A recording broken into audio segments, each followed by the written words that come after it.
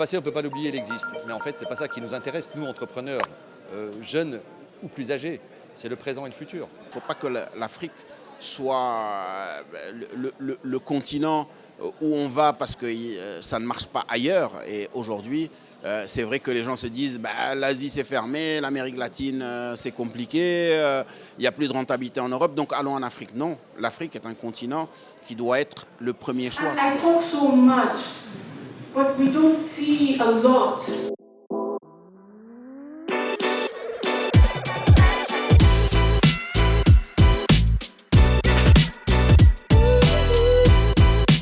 Ce jour-là, les allées de Bercy sont animées. Le Temple des finances et de l'économie française accueille la 3e édition d'Ambition Africa, un rendez-vous annuel organisé par Business France depuis 2018 pour rassembler entreprises françaises et africaines.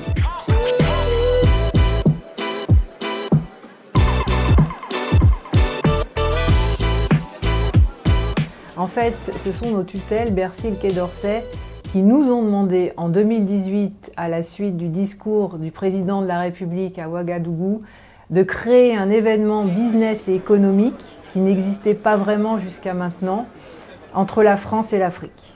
Et donc nous avons dû créer un nom, une marque, Ambition Africa, nous semblait être une appellation intéressante justement pour avoir des ambitions avec l'Afrique et développer et renforcer ces relations économiques et commerciales entre la France et l'Afrique.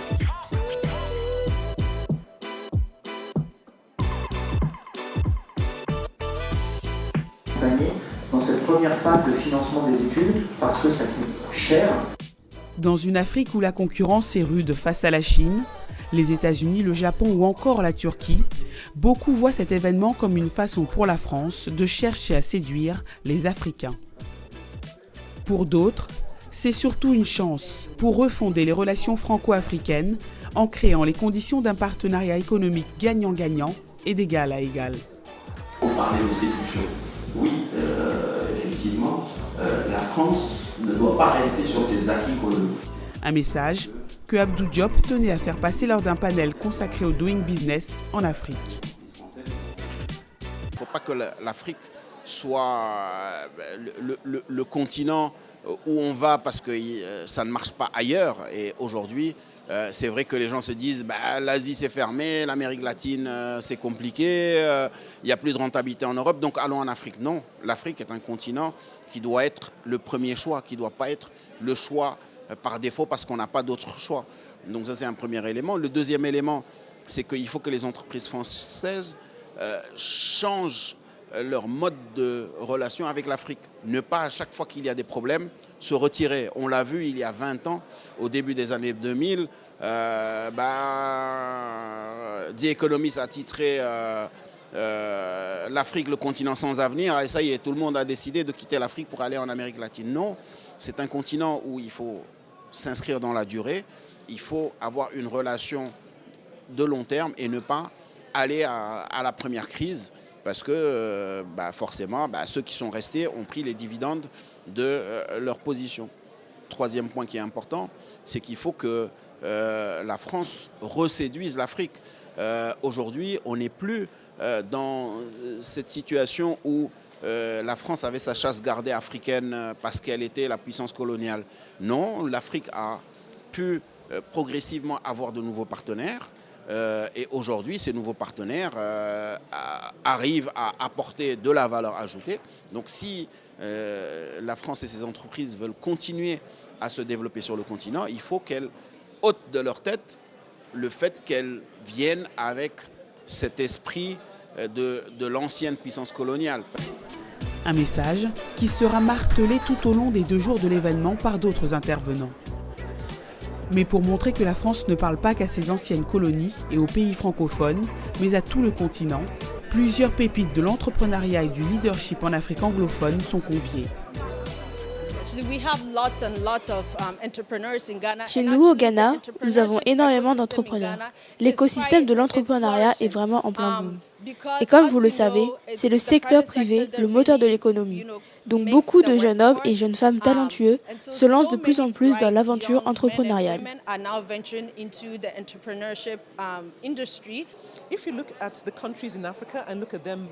Quand vous regardez l'Afrique en termes de PIB et que vous prenez les 10 pays qui ont le plus fort taux de croissance, aucun n'est un pays francophone. Ce sont tous des pays anglophones ou d'autres langues. C'est donc important que la France parle à toute l'Afrique et pas juste les pays francophones. Cela donne des opportunités aux entreprises françaises et entreprises africaines, mais dans une relation d'égal à égal. C'est pourquoi je suis ici, pour pouvoir échanger avec les partenaires français et africains. Je travaille au Nigeria, mon pays d'origine, et je fais aussi des affaires en France.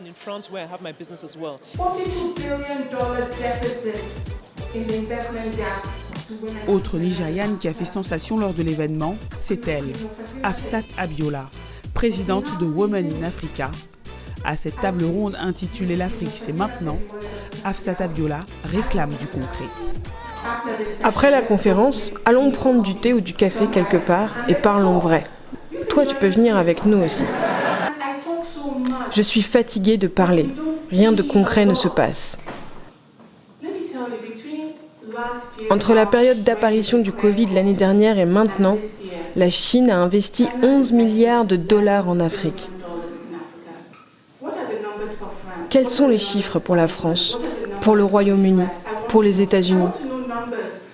Je veux des chiffres, je veux des choses concrètes. Parce que c'est sur la base de choses concrètes que nous pouvons travailler ensemble. Je vous promets ceci. Si vous nous donnez des choses concrètes, nous transformerons le continent africain à tel point que vos vies en Europe seront meilleures. Je vous mets au défi.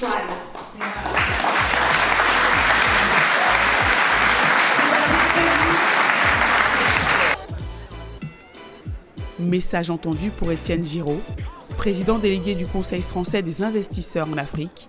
Il invite les investisseurs de l'Hexagone à courir vite vers le continent africain sans céder à la peur ni aux préjugés. Parce qu'il faut donner envie d'Afrique.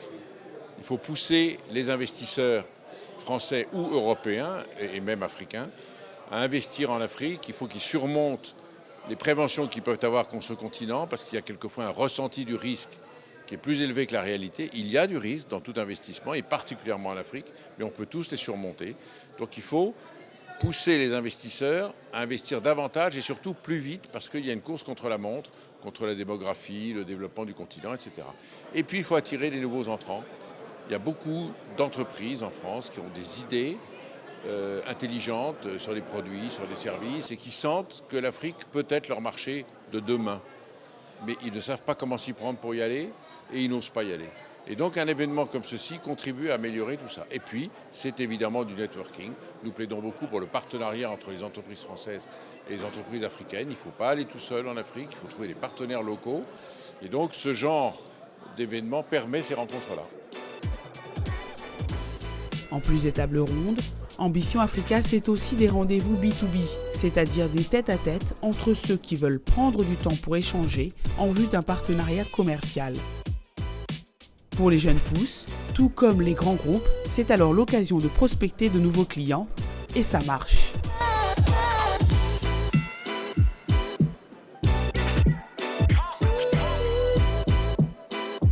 Nous sommes donc Sabrina et Rachel, on est sœurs et on est les fondatrices de la marque Elika Beauty. Donc Elika Beauty, c'est une marque de cosmétiques 100% naturelle. Donc en fait on conditionne, on fabrique nos produits, on a donc une usine, une unité de production en Seine-et-Marne. Ambition Africa, c'est le rendez-vous pour tout simplement rencontrer nos futurs partenaires qui sont sur le continent africain.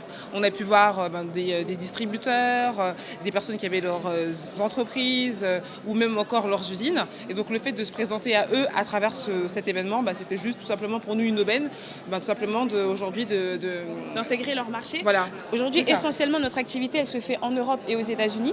Donc on vend un peu partout en Europe, aux États-Unis. Et du coup, le continent africain, c'est vraiment la prochaine étape pour le développement de notre marque. Et d'où l'intérêt de cet événement, finalement, de rencontrer des partenaires qui sont sur le terrain, qui sont sur les territoires qu'on a identifiés, qui peuvent être une opportunité pour nous. Donc on est vraiment ravis de pouvoir participer à cet événement et de concrétiser finalement notre projet projet de développement. Je suis Laure Pelin, je suis chargée d'affaires export donc dans l'entreprise Rovip. On est basé entre Lyon et Genève et on est spécialisé dans l'injection plastique de bouchons pour le packaging alimentaire et cosmétique et capsules de gaz également. Donc on souhaite se développer en Afrique qui pour nous est un continent qui possède beaucoup d'opportunités. Les ambitions Africa, c'est la première fois qu'on le fait. Les tables rondes, les sujets étaient variés, donc je pense que ça a pu répondre aux questions de beaucoup de monde qui participait ici. J'ai appris beaucoup de choses sur les opportunités en Afrique, les différents pays qui peuvent nous permettre d'avoir des opportunités et de développer du business qu'on ne pense pas forcément et qu'il faut autant toucher les pays anglophones que francophones. Alors, je suis Morgane Cablan, je suis une des cofondatrices d'Asilimia, qui est une application mobile dédiée aux commerçants informels en Afrique. Donc on est présent au Kenya. Et donc on est une fintech qui permet à ces commerçants de pouvoir digitaliser et formaliser toutes leurs transactions commerciales. Avec Ambition Africa, si je suis venue, c'est pour justement trouver des synergies. On est aujourd'hui présent au Kenya, mais on répond à un enjeu qui est panafricain. Il y a 7,5 millions de micro-entrepreneurs informels au Kenya, mais on parle de 80% de l'économie en Afrique, dont 150 millions de petits entrepreneurs. Et donc l'objectif ici, c'était aussi de rencontrer d'autres solutions complémentaires à la nôtre pour justement réussir à formaliser toute cette économie souterraine et réussir à justement mettre en lumière tous ces micro-entrepreneurs qui sont aujourd'hui ceux qui portent l'Afrique. Philippe Vatrin, directeur général adjoint du fonds de pension du Rwanda, donc RSSB, Rwanda Social Security Board. Du coup, moi je suis en charge des investissements. Donc c'est un fonds de pension qui fait 1,5 milliard de dollars. Alors Ambition Africa, c'est très important parce que du coup le Rwanda est un pays donc, qui est peu habitué entre guillemets à être présent dans la sphère justement francophone, un pays qui est en plein développement économique et pour développer le pays, on a besoin entre guillemets d'investisseurs. Donc nous, en tant que fonds de pension, on a investi au Rwanda. Et ce qu'on a envie de dire aux fonds de private equity français, européens, américains, globaux, c'est venez investir au Rwanda. Nous, à RSSB, on est le fonds local de référence. On va co-investir avec vous. On veut une relation de partenariat d'égal à égal, d'aider à dénicher les bonnes opportunités pour ces fonds-là.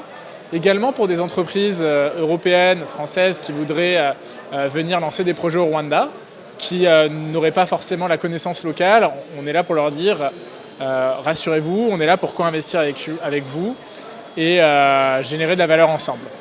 Je m'appelle Jean-Pierre Beaufy, je dirige un groupe qui s'appelle Steam France, qui intervient dans le domaine de la santé, une petite centaine d'employés, et qui depuis 10 ans a orienté ses activités sur l'export et en particulier sur l'Afrique. Le passé, on ne peut pas l'oublier, il existe, mais en fait c'est pas ça qui nous intéresse, nous entrepreneurs, jeunes ou plus âgés, c'est le présent et le futur. Et comme le disait notre ministre, il faut oser l'Afrique, il faut oser l'export, il faut arriver à se projeter sur ce que l'économie de demain sera. Et moi j'incite les PME françaises à s'ouvrir sur ces marchés, à créer des collaborations, et ça sera vraiment des collaborations gagnant-gagnant, parce qu'effectivement en Afrique, il y a des pépites extrêmement intéressantes et positives.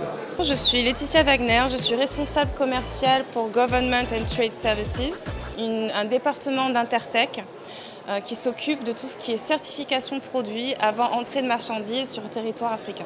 Je repars avec des contacts, parce que c'est aussi un lieu de contact enrichissant, d'échanges avec des startups qui ont des produits innovants en termes de développement durable, mais aussi des modèles, parce qu'on a pu voir des tables rondes avec des modèles de développement économique, des modèles de qualité aussi. J'en ressors avec une fierté sur ce qui est mis en place pour les investisseurs et aussi pour les producteurs sur place, et une envie d'investir encore l'année prochaine sur cet événement, parce qu'effectivement les retombées sont, je pense, sur le court terme et surtout sur le long terme. En tout, l'événement a attiré plus de 1500 personnes avec une quarantaine de pays représentés.